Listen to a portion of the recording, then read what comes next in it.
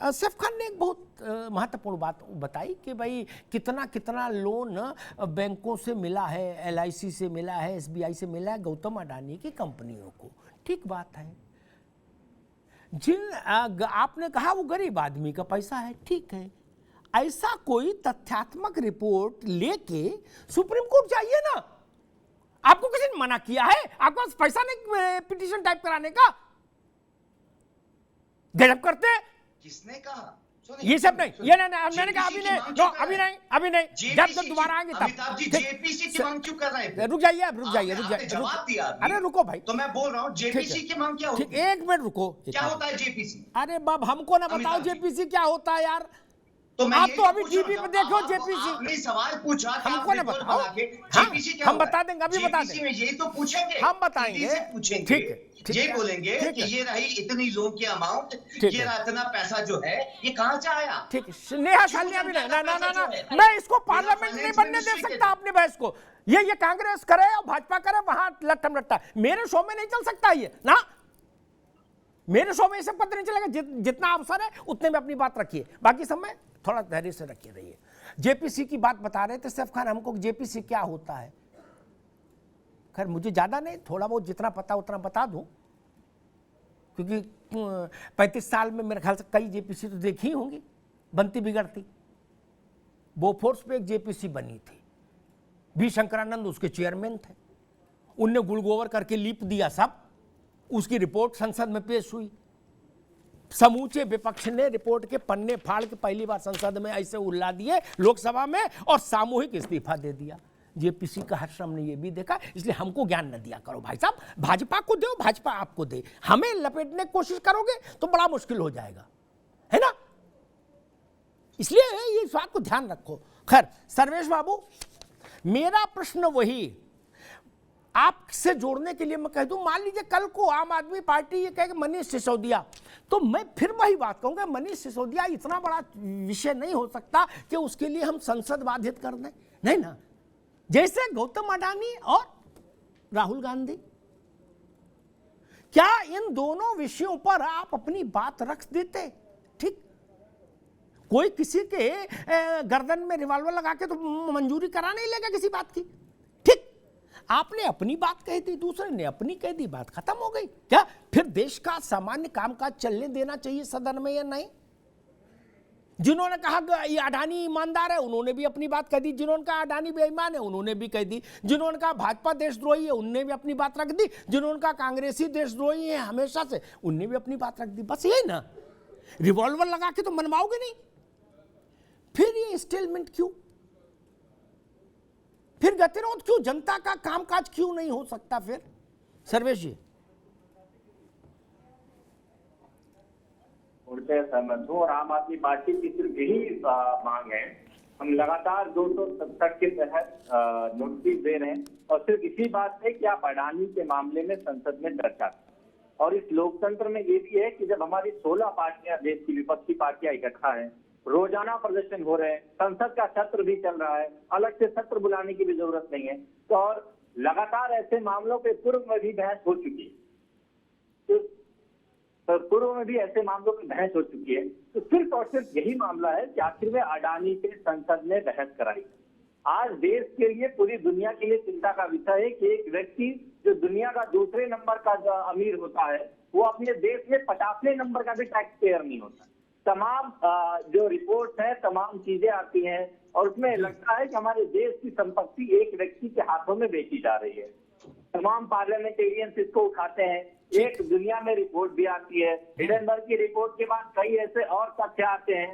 Mauritius से के through 42,000 crore रुपए जो रूट किए गए, एक ही पते पर 6 कंपनियों के नाम से वैसी चर्चाएं भी आती हैं। तो आखिर इतनी बड़ी बड़ी चीजें आ रही है, उसका रिजल्ट भी सबने देखा, कैसे उस कंपनी को लाखों करोड़ों का नुकसान भी हो रहा है, अडानी समूह को।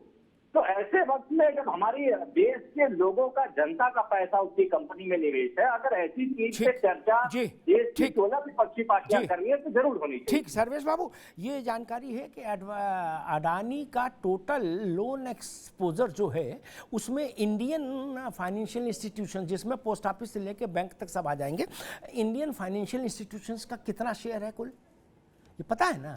मैं भी उतारी, आपको दोबारा से बात करने के लिए नहीं कहा, सिर्फ इतना कहा, एक एनेक्डोट है, आपके दिमाग में डाल दिया, इसको भी ध्यान में रखिएगा, ठीक है ना। क्योंकि नेता तो आदमी होता तो वो एक सांस में कुछ भी बोलने लगता है कि भाई ठीक है बोल के निकल लेंगे, ऐसा नहीं। इसलिए मैंने तो धीरे से एक बात नोटिस में डाल दी कि ये भी रहना चाहिए, ठीक है ना। और आप लोगों की पीड़ा मैं समझ सकता हूँ। जब यास्मीन आपके पास आ रहा हूँ एक बात कह के, इस देश में सर्वेश जी, सैफ खान, नेहा, शालिनी, दुआ, जब यास्मीन, सबसे कह रहा हूँ, मैं तो ज़मीन का आदमी हूँ, आप लोग बड़े लोग हैं, आप लोग इंटरनेशनल बातें जानते हैं, नेशनल बातें जानते हैं, अंग्रेजी जानते हैं सर, है, मैं तो छोटा आदमी हूँ, सैफ खान जैसे विद्वान लोग हैं। मैं एक बात कहूँ, इस देश में, जब यास्मीन सुन लो आप भी ध्यान से, इस देश में प्लांटेशन वाला फ्रॉड शुरू हुआ था एक दौर में, क्या 90 के दौर में, क्या इस देश के गरीब आदमी के हजारों हजार करोड़ क्या डूब गए। नेहा जी आप भी सुन लो, सैफ खान आप भी सुन लो, दोनों बड़ी पार्टियां, ठीक। उसके बाद चिटफंड शुरू हुआ भगवान का आशीर्वाद लेके, उसमें हजारों हजार करोड़ रुपया डूब गया, लाखों लोगों ने आत्महत्याएं कर ली, क्या। उसके बाद 10 रुपया रोज वाला धंधा इस देश में चला, उसमें भी लाखों लोग बर्बाद हो गए। उसके बाद एक धंधा चला, 100 दिन में रकम डबल कराओ, क्या। मैंने देश के राजनेताओं को कभी दुखी नहीं देखा, क्या, जो हमको अभी समझा रहे हैं कि आपको पता है पोस्ट ऑफिस का कितना पैसा डूब गया। अगर अमिताभ जी मैं आपसे पूछ रहा हूं, बताइए SBI का कितना डूब गया, मैं बता दूं आंकड़ा। एक पर्ल ग्रुप था, पर्ल ग्रुप, यही वो 60,000 करोड़ का छोटा सा घोटाला कर गया था, यही जमीन वाले उसमें, कि आपके नाम से जमीन खरीदेंगे, फिर उसके दाम बढ़ेंगे तो आपका पैसा बढ़ेगा, 1,000, 2,000, 5,000, 10,000, लाख, 2 लाख, 4 लाख इन्वेस्ट कर दीजिए। नहीं, और उनकी पार्टियों में सब पार्टी के लोग जाते रहे। जय यास्मीन जी, एक तो बड़े कारीगर उत्तर प्रदेश के ही थे, क्या। उनके साथ तो ये समझना मुश्किल होता था कि ये सरकार है कि सरकार इनकी है, नहीं, वो 10 रुपया वाला काम करते थे। आज तक मेरे पास लोग टेलीफोन करते हैं कि भाई साहब उनके घपले पे भी उठाओ। मैंने पहले नेताओं से पूछो जिनको वोट दिए हो। जय यास्मीन,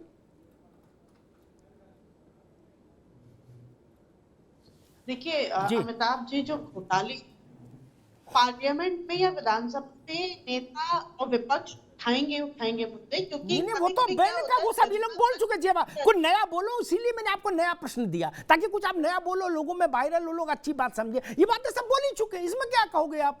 मैंने कहा इतने लाखों करोड़ के घोटाले मैंने बताए, जिनके यहाँ पार्टियों में सारे नेता जाते रहे, सारे नेताओं के चुनाव में पैसा वो लोग देते रहे, इसी हिंदुस्तान के बड़े बड़े लोग नहीं, बड़ी बड़ी बातें नहीं, क्या हुआ ना, भाग गए। 60,000 करोड़ का तो एक ही मैंने बताया, उसका नाम था भंगू, छोटा रकम है जी। जो घोटाले में है उसकी चर्चा हुई ना, जनता तक नहीं, आप लोगों ने कभी नहीं की, आप लोगों ने कभी नहीं की, वो बात नहीं जा पाती है। तो विपक्ष का काम है, अगर आप लोगों ने कभी नहीं उठा रहा है, अगर प्रोटेस्ट कर रहा है, तो संभाव इसीलिए कि हर वोटर तक किसी भी स्कैम की जानकारी हो। ठीक। और जहां तक बात है कि रूलिंग पार्टी बॉयकॉट कर रही है, नहीं चलने दे रही है पार्लियामेंट, तो वो तो चाहती है कि डिस्कशन ना हो 24 से पहले कुछ, क्योंकि आलू के किसानों की अभी आप बात कर रहे थे, भाई किसानों की आय दोगुनी नहीं हुई है, 2024 से पहले सवाल किए जाएंगे। महंगाई दिन प्रतिदिन बढ़ रही है, सवाल किए जाएंगे। तो सवालों से बचने के लिए वो कह रहे हैं कि हाँ राहुल जी माफी मांगे, और अभी शालिनी जी कह रही है किसी भी प्लेटफॉर्म पे, भाई वो इनवाइटेड गेस्ट थे, उन्हें इंडिया डेमोक्रेसी के बारे में जो बोलना था उन्होंने बोला।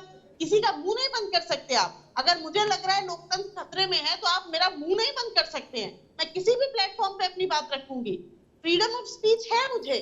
तो इस पे मुझसे माफी क्यों मांगी जा रही है? अगर TV9 पे बैठ के और मैं कह दूं कि TV9 मुझे बोलने का मौका नहीं दे रहा है, तो इसमें गलत क्या है?